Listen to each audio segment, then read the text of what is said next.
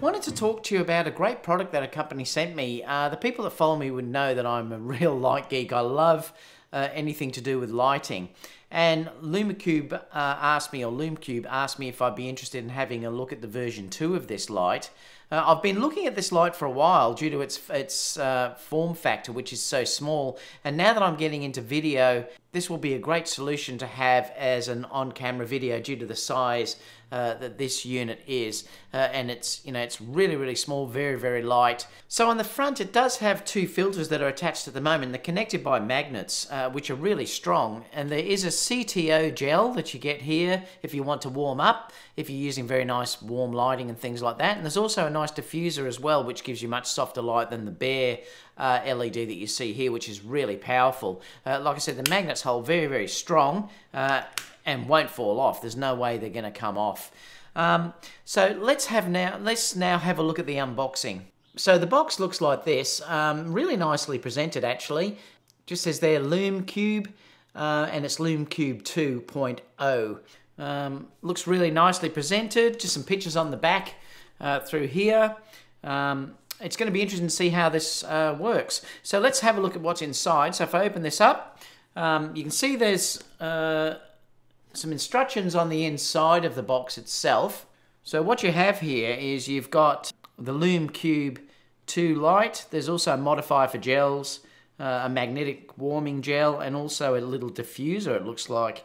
There's a digital SLR hot shoe mount and also a USB-C cable as well. And it does tell you how to set up your wireless control to your phone, and I believe it will work with the Apple phones and also Google Play as well, so your Android phones, and I'll show you how that works once we set this up.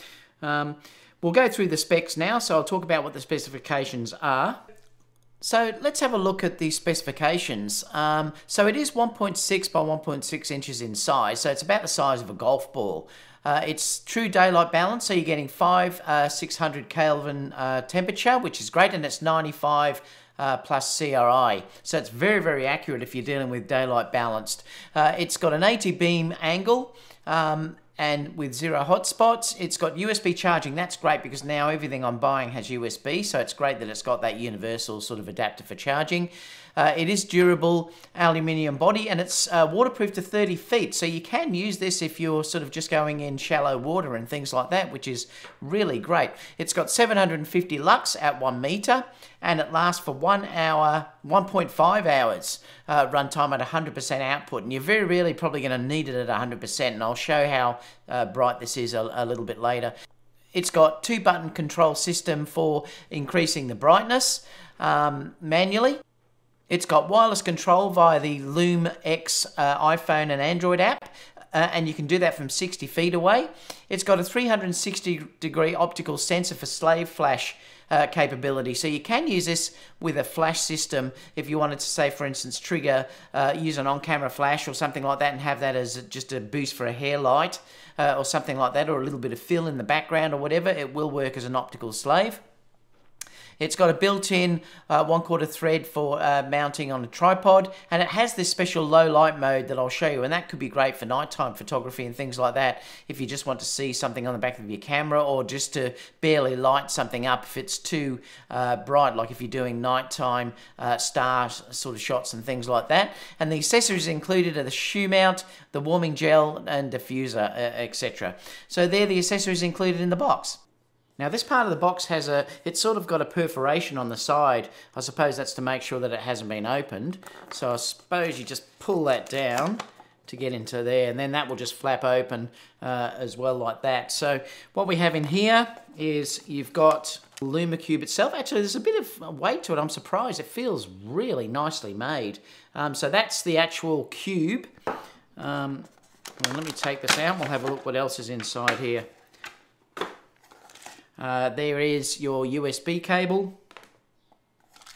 That's your little hot shoe adapter. There is some instructions as well that I'll go through and have a look at it. And that's all out of the box. So like I said, the unit itself, just let me take this off so I can show you. So this is the size that it is. It's really small, really small. It's fantastic. That cover will come off, so you can use it without that cover on if you want to go really minimalistic. But often I think you'll find that you might want to put the diffuser on if you want to soften the light a little bit as well. That does make a difference. These two bits just clip in. You can see there, that's the warming gel that I've got on there. If you want to take the warming gel off, you can. And then you could use it as the bare unit itself. Now you can buy other ones of these. There are ones where you can buy where they're different colours and things like that. So there are other accessories that you can buy to go along with this. So if I put those back on. So to turn the unit on, all you do is you've got a power button, which you'll see here. Now I hold that button on for about 3 seconds to turn the unit on, and I'll show you that. I'll bring it back in a second. That also has your minus and plus buttons through here as well, how you can control this manually. Now you'll see if I hold down this power button for about 3 seconds, it will turn on. So 1, 2, 3, there you go. And then it will come up obviously on its lowest power, and then you can power this up to whatever you'd like to go up to until it's full power. Now this is having the diffuser on. If we take both of these off, you'll see how much extra power that this is going to give. Like it's really powerful. Now if you want to, you can hold both of these buttons down for about 3 seconds, and then it will go into low power mode. Now you'll see that's what it's doing now. So this is really low power. If I press it up now, it'll go from sort of 1 to up to 10%. And that's its maximum. So like I said, this would be great if you were dealing with very low light situations and you only wanted very little power. I'll just switch this light off so you can sort of see how low this is. All right, so that's its normal lowest power. If I press the two buttons together, it will go down. Now it's on. That's how low this is. It's really low. Like I said, it's only working at 1% at the moment. If I switch it up, you'll see how it'll start to step up. But it's very, very subtle now. You'll see how subtle that is. If I take it off that low power mode, if I press the 3 again, so now it's back onto its normal power, and you'll now see how much stronger that this will get as I start to bring this up. And like I said, that's with the diffuser on. If I take the diffuser off, you'll see that is really bright. I mean, really bright. Boy, does that diffuser cut it down. But you know, then you can start to sort of think about getting some nicer, softer light and things like that, and move around, play around with it until you get it. It would make a pretty good on-camera light for video and things like that. So that's how that works. Now, to get this to work in its optical slave for flash, now if I hold the power button down, it will turn into optical slave mode. So you'll see now what happens is if I push this flashlight on it, you'll see that this will fire. Now I'm not sure if that will come through the screen because it's flashing fairly quickly. But that's how you'll get that to use with a strobe, which will be great. Like I said, you can hide this anywhere, and as long as it sees that little flash of light, it will go off. So you could have a number of these around areas like hiding behind furniture and things like that, and you could light up whole rooms and do all weird things. Or it could be great fun if you had multiple of these lights. Really great fun, in fact. So I think that's a great feature. So you can also use the iPhone to control this as well. So what we'll do is we'll look at how that works now. So I'll stick this back on my camera. And then we'll open up the iPhone app to have a look at how this works. So let's switch to the iPhone app that this uses. It's under here, and it's one called Lume X. If I open that up, it will open up to the camera app, which is nice. Now, there's a couple of ways that you can control this.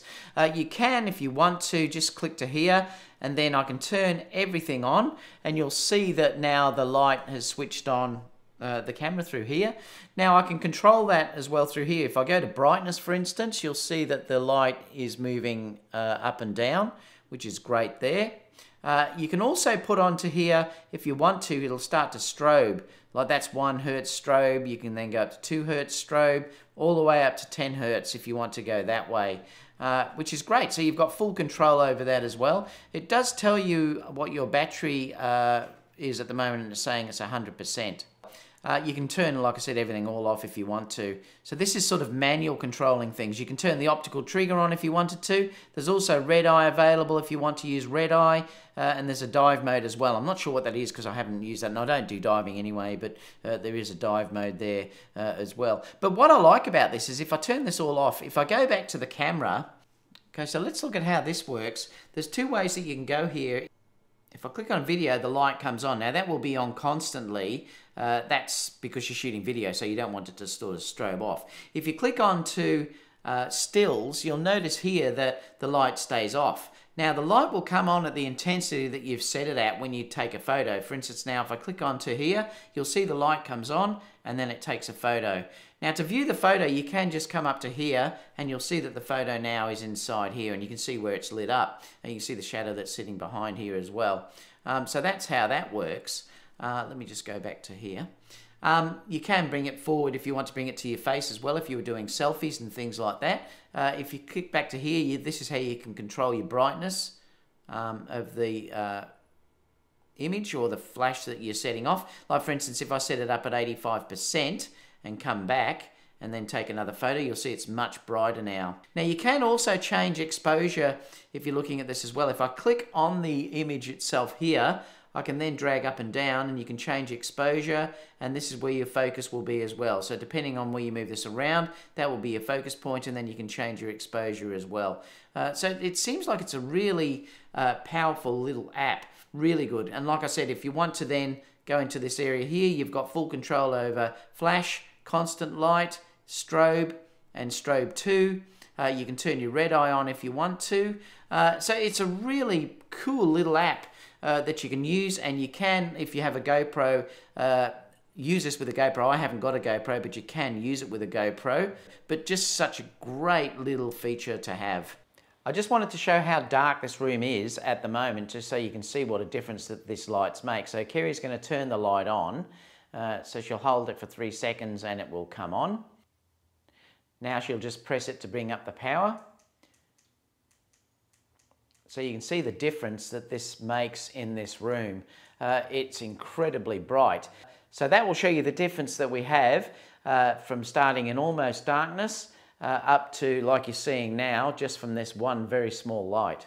Okay, so what I thought I'd do is I thought I'd show you this on full power so you're getting an idea. Now this is probably 2.5 meters away. I'm using the 55 1.8 lens here.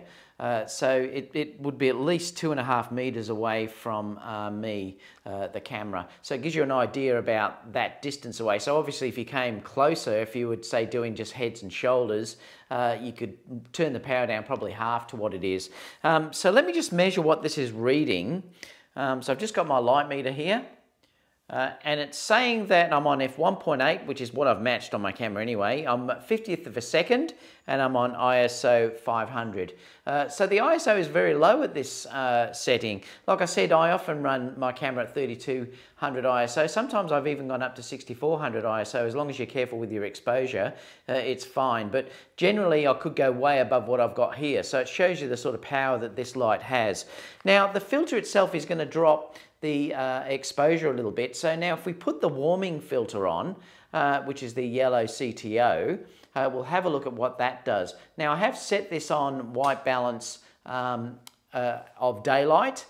So now you should see that it's really quite yellow. I'm just going to walk up and check. So let me just check what that exposure is. I'm just going to see what that's done to the exposure, because it will have dropped it. Yeah, now it's 1.4, so I should be underexposed a little bit, so I could adjust the exposure for that. And I'm still on 1/50th of a second and ISO 500, so you're sort of seeing what that CTO gel takes off. So Kerry, if you want to take the CTO off, so now Kerry is going to put the diffuser filter on. And so now this is the diffusion filter. Now let me just check how that's changed the exposure. So it's 1.1, so it has dropped it quite a lot. So now I am going to be well underexposed. So let me just adjust that again so I get a decent result. So now I've adjusted this so it's about right, and it should be a little bit softer with that diffusion filter on. So, you know, if you do want to say get rid of the harsher shadows, that's the way to go, which is really nice. Now, the beauty is you can just walk around with this. It's very, very light and everything else. And I'm really impressed with how powerful this actually is on the camera. Like I said, this is on full power, but if you did, like I said, move closer, you would be able to alter the exposure, and we'll do that now. So I'll bring the camera in to half the distance that it is, about 1 meter away, and we'll see what settings we actually have. So what I've done now is I've moved it into 1 meter away from me, and I've been able to drop the ISO to 250. So you see it has now dropped that substantially, the ISO, so if you were dealing with the noise that was there. So it really is a great little light. It really is, and I'm really happy with it, and that's with the diffuser on, so it's really good. So if I took the diffuser off, then obviously you could drop the power of the light down as well. So it seems like it's a really great little unit. So let me know what you think about it all. If you have any questions, leave them down below. I'm really happy with how this light it has gone and basically performed for me in the studio situation, like what I've done. I will try in the coming weeks, once it warms up here and I get back to shooting my normal model shoots and everything outside, I'll try and do some photography and post a sort of review of that, how this works when I'm doing the stills side of things and how it works with the off-camera flash and things like that. So stay tuned for that. So if you do want to see what I do there, please subscribe, and eventually I'll be posting that review as well. Overall, I'm really happy with it. I will put the link down below where you can purchase this from. Like I said, if you have any questions, please leave them down below and I'll get back to you as soon as I can. And apart from that, guys, I'll see you all soon for the next video. Bye for now.